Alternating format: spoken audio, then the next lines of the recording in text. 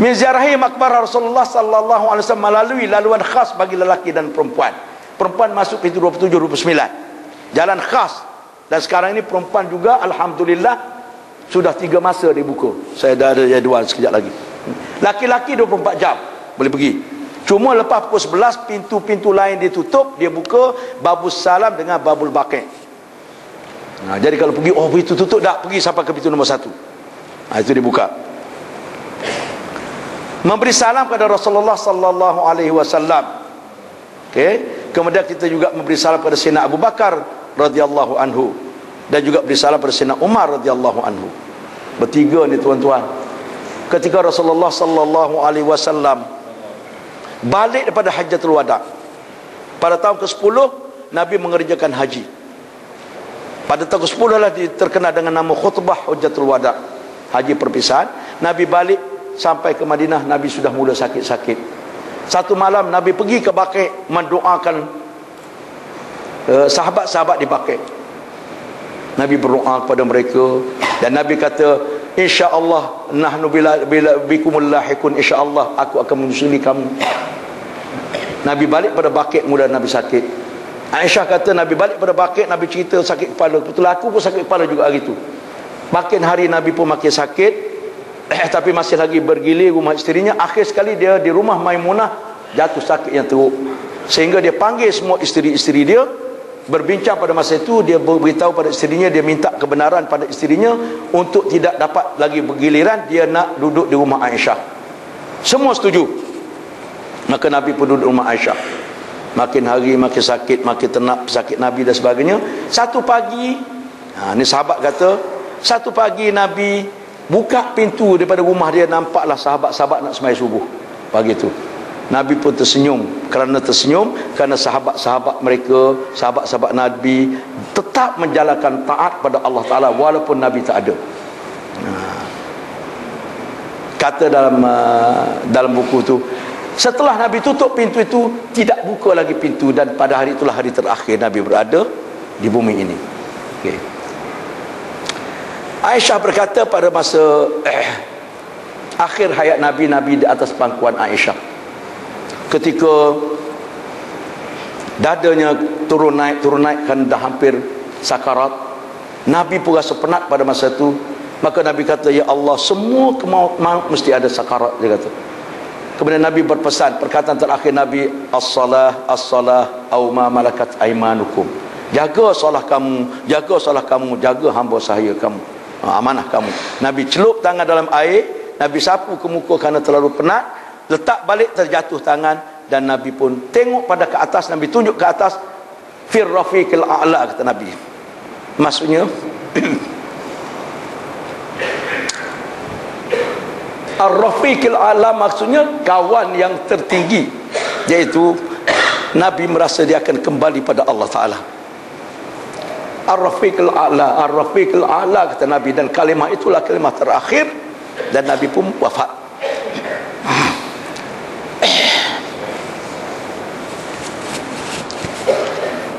Para anbiya, di mana saja dia menghembuskan nafasnya terakhir, di situlah kuburnya.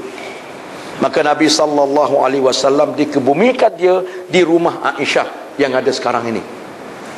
Setelah Nabi dikebumikan, Aisyah masih ada di rumah tadi. Dalam zaman Sayyidina Abu Bakar, Sayyidina Abu Bakar datang jumpa pada Aisyah, pada Aisyah, wahai Aisyah, sebagaimana kamu tahu, aku bersahabat dengan Nabi di semua tempat, dalam semua keadaan, waktu gembira, waktu susah, di dalam gua Sur, ketika dikejar oleh musuh, aku tetap bersama Nabi. Oleh itu kata Abu Bakar, kalau kamu benarkan Aisyah, aku ingin besok kalau aku wafat, kebumikanlah aku di samping Nabi.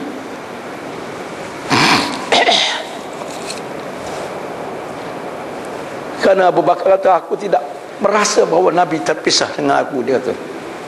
Jadi cukup mudahlah bagi Aisyah. Abu Bakar ayah dia, apabila Abu Bakar wafat, dikebumikan sebelah Nabi. Kubur Nabi begini, di lebih kurang 1 hasta ke belakang. Ditaruhlah kubur Abu Bakar. Kemudian naik Sayyidina Umar jadi khalifah. Sayyidina Umar datang jumpa Aisyah. Aisyah, aku memeluk Islam di atas doa Nabi. Nabi bangun doa khusus pada Abu Bakar, pada Sayyidina Umar. Mohon pada Allah Ta'ala supaya Umar diberi hidayah. Maka besoknya Umar memeluk Islam. Dan Umar memeluk Islam, maka terjadilah perbezaan antara dakwah Islam secara bersembunyi dengan dakwah secara terang-terang pada masa itu. Sebab itu dipanggil Al-Faruq sebagai pembeza. Dan aku bersama Nabi sejak itu tidak pernah berpisah. Kalau kau izin, wahai Aisyah, aku tahu tempatnya sempit, tempat untuk kubur satu je dah boleh. Sepatutnya Aisyah lah ke bumi di situ. Tapi kalau kamu izin, wahai Aisyah, aku juga ingin disemadikan bersama dua sahabatku, yaitu Nabi dan Abu Bakar. Aisyah ni manusia yang baik. Wahai Umar, dia kata, aku rida aku dikebumikan di Baqi'. Tak apalah tempat ini, ambillah untuk kamu. Subhanallah. Apabila Umar meninggal, maka kubur Umar juga satu hasta jarak daripada kubur Abu Bakar. Aisyah tinggal tempat yang sempit saja untuk hidup, boleh tidur saja. Maka Aisyah pasang tabir, masa Umar bukan mahramnya. Nabi suaminya, Abu Bakar ayahnya, Umar orang lain. Aisyah pasang tabir walaupun itu kubur.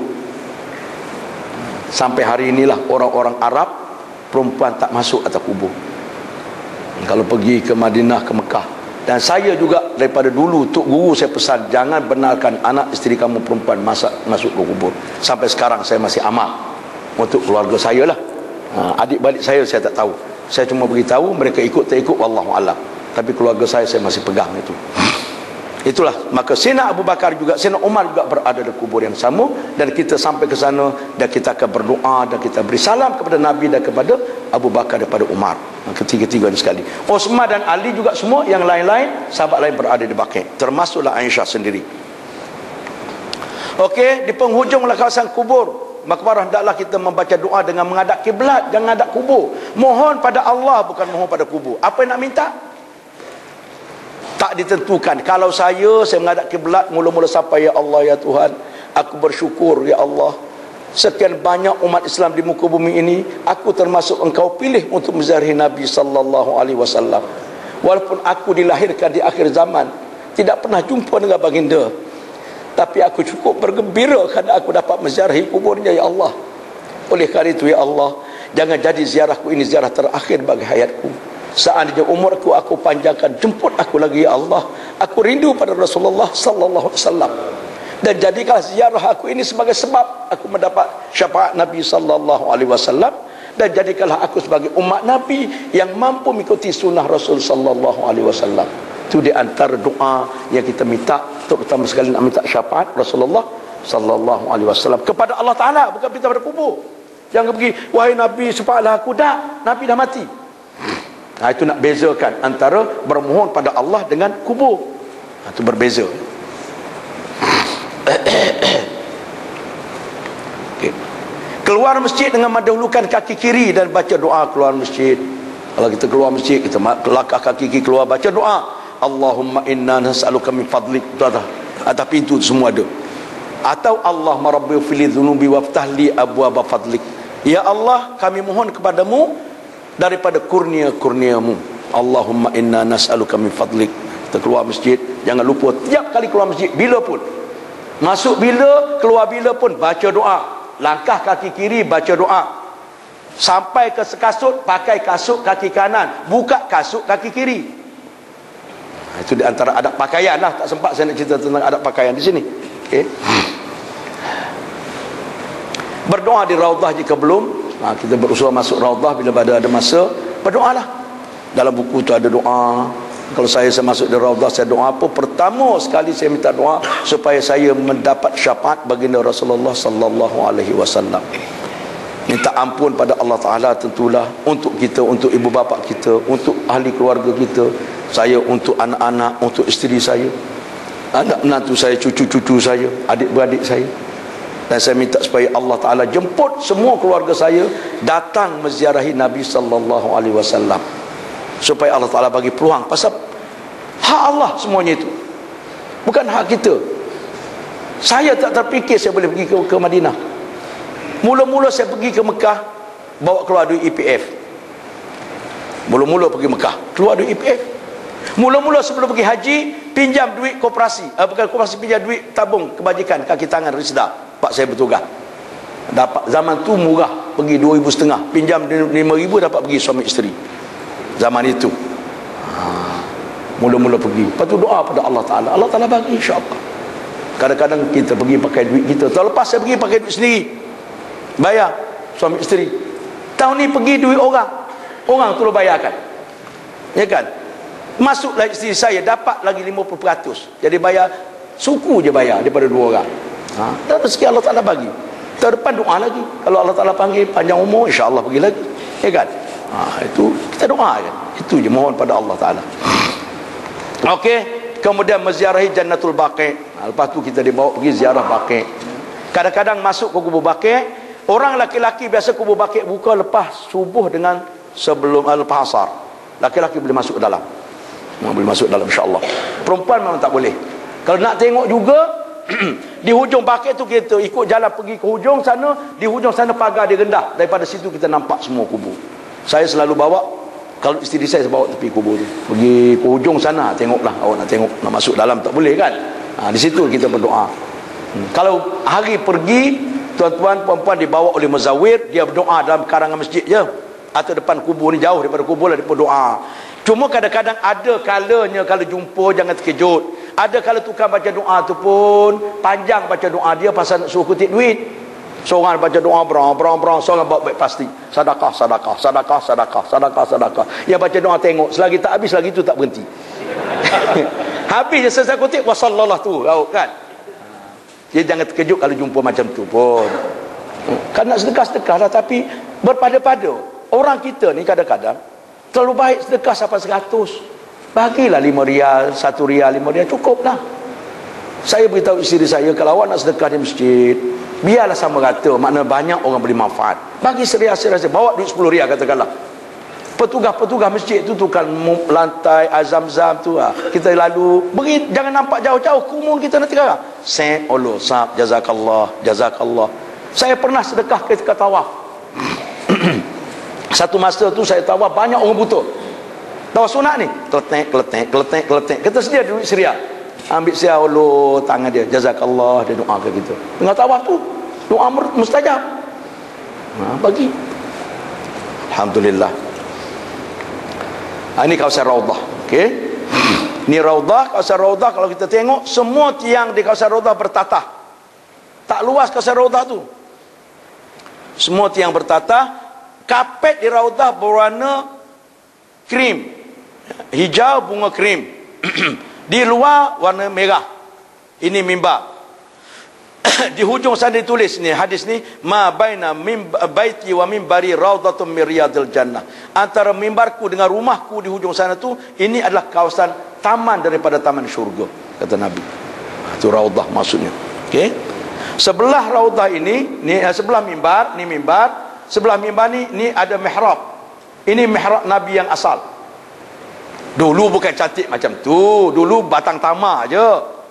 Apa ni mimbar tu pun batang tamar je dulu.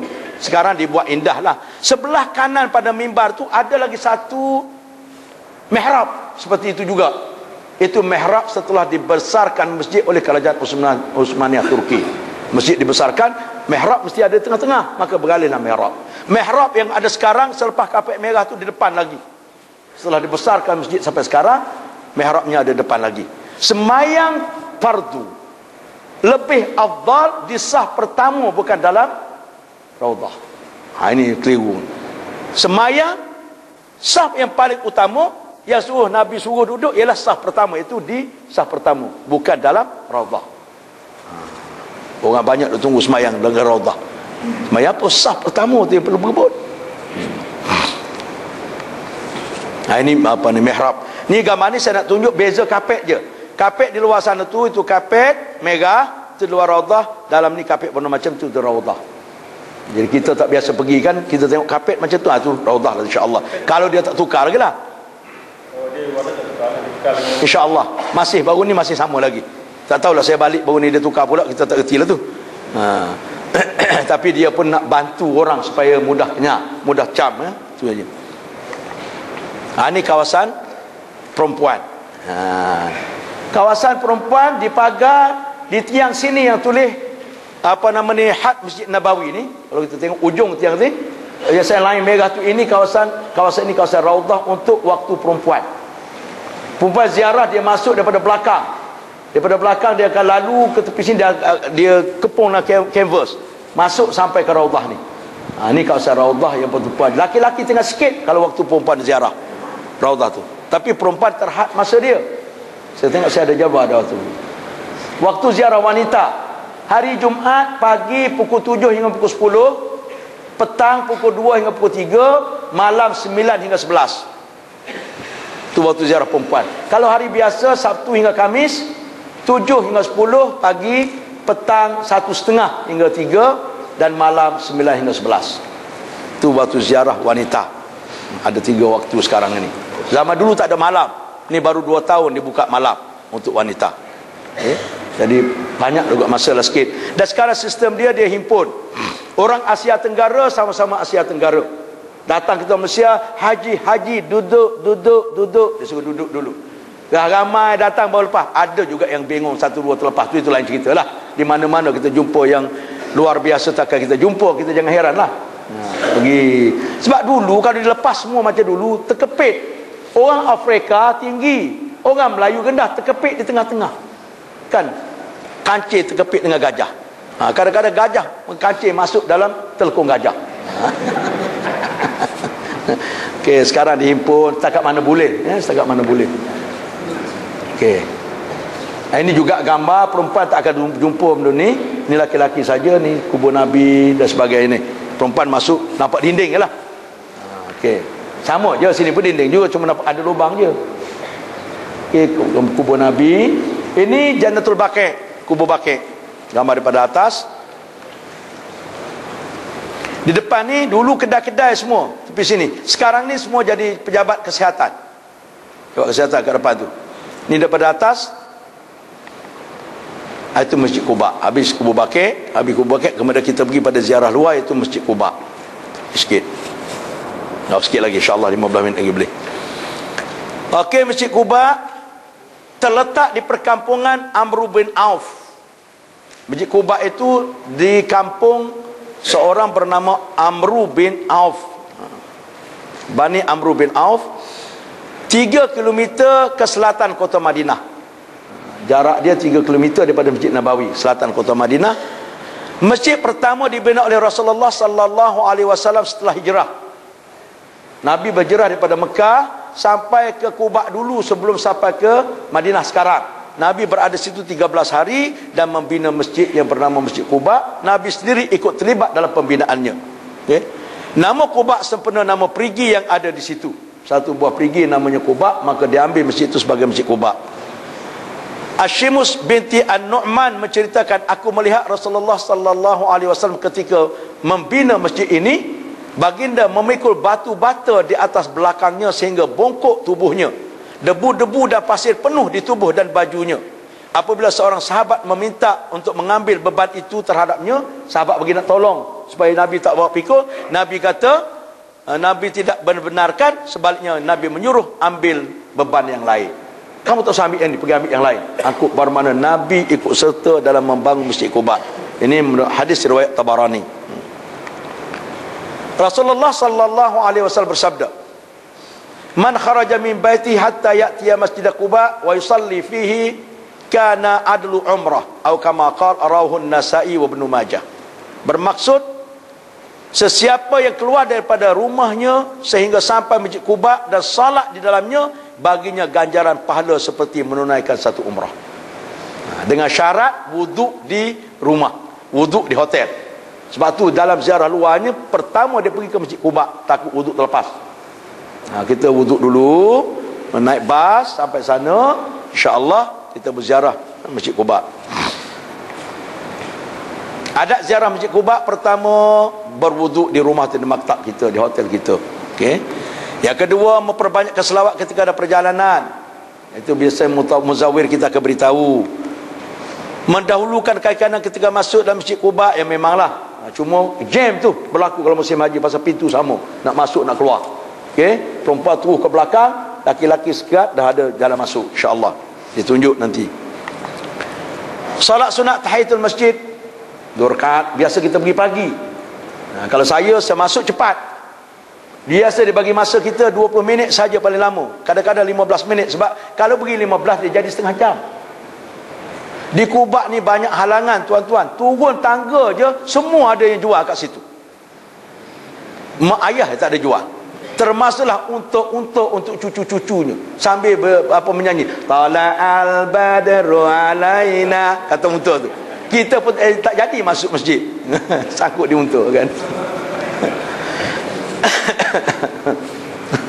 Okey, salat tahiyatul masjid, masuk cepat. Waktu tu waktu duha, boleh sembahyang duha terus. Kalau saya sembahyang duha terus pasal waktu tu pagi. Okey, berdoalah kita selepas tu di Masjid Quba. Tak ada doa khusus, biasa je, doa biasa. Mendahulukan kaki kita keluar. Ketika keluar kita dahulukan kaki kiri. Saya jumpa satu hadis juga, sama ada satu hadis saya tak berapa pastilah, tapi ada hadis mengatakan siapa solat 4 rakaat dalam Masjid Quba, pahala dia sama dengan satu haji. Pahalanya. Wallahu a'lam bissawab. Tapi yang jelas di Masjid Quba tu sendiri ada tulis hadis Nabi. Nabi datang ke masjid ini tiap-tiap minggu. Dia kata sama ada naik kenderaan masyian aw raqibah, sama ada jalan kaki atau naik kenderaan. Tiap minggu Nabi pergi. Riwayat mengatakan Nabi pergi tiap-tiap hari Sabtu. Masjid Quba ni istimewa. Salah satu masjid yang disebut dalam Quran, la masjidun ussisa 'ala taqwa, masjid yang dibarukan di atas asas takwa. Okey. Masjid Qiblatain, 2 kiblat. Okey, masjid 2 kiblat ni tunggu minggu minggu depan. Insya-Allah. Okey, minggu depan kita sambung insya-Allah Masjid Qiblatain ni. Jadi untuk hari ini cukup sampai sini insya-Allah. Semoga Allah Ta'ala beri kekuatan pada kita dapat kita punya jadual apa ni, yang lain lama lagi kan. Satu apa ni, 1 bulan 5 kan yang ceramah lain sama. Okey. Kesihatan. Okey. So saya rasa itu saja, tuan rahmati Allah. Ada pengumuman apa-apa ni? Ada Tuan Haji? Nak tutup dulu, nak umum dulu? Tutup dulu kata Tuan Haji. Okey, kita akhir dengan tasbih kifarah. Subhanallah bihamdihi, subhanakallahumma bihamdika, asyhadu an la ilaha illa anta astaghfiruka wa atubu ilaik. A'udzu billahi minasyaitonir rajim. Bismillahirrahmanirrahim. Alhamdulillahi rabbil alamin, wassalatu wassalamu ala Rasulillah wa ala alihi wa sahbihi ajma'in. Allahumma rabbana ighfir lana dhunubana wa liwalidina warhamhum kama rabbawna shighara, wa li jami'il muslimina wal muslimat wal mu'minina wal mu'minat bi rahmatika ya arhamar rahimin. Allahumma inna nas'aluka ilman nafi'a wa qalban khashi'a wa awladan salihah wa amalan mutaqabbala wa rizqan halalan tayyiban mubarakan wasi'a. Allahumma inna na'udzubika min ilmin la yanfa' wa min qalbin la yakhsha' wa min nafsin la tashba' wa min da'watin la yustajabu laha. Allahumma ansuril Islam wal muslimina fi kulli makan wa fi kulli zaman. Allahumma ahlikal kafarata wal mubtadi'ata wal musyrikin a'daka wa a'da ad-din wa man nasarahum. Allahumma inna nas'aluka hajjan mabrura wa sa'yan mashkura wa dhanban maghfura wa amalan salihan maqbula wa tijaratan lan tabur. Rabbana atina fid dunya hasanah wa fil akhirati hasanatan wa qina adzaban nar. Wa sallallahu ala sayyidina Muhammad wa ala alihi wa sahbihi wa sallam. Walhamdulillahi rabbil alamin.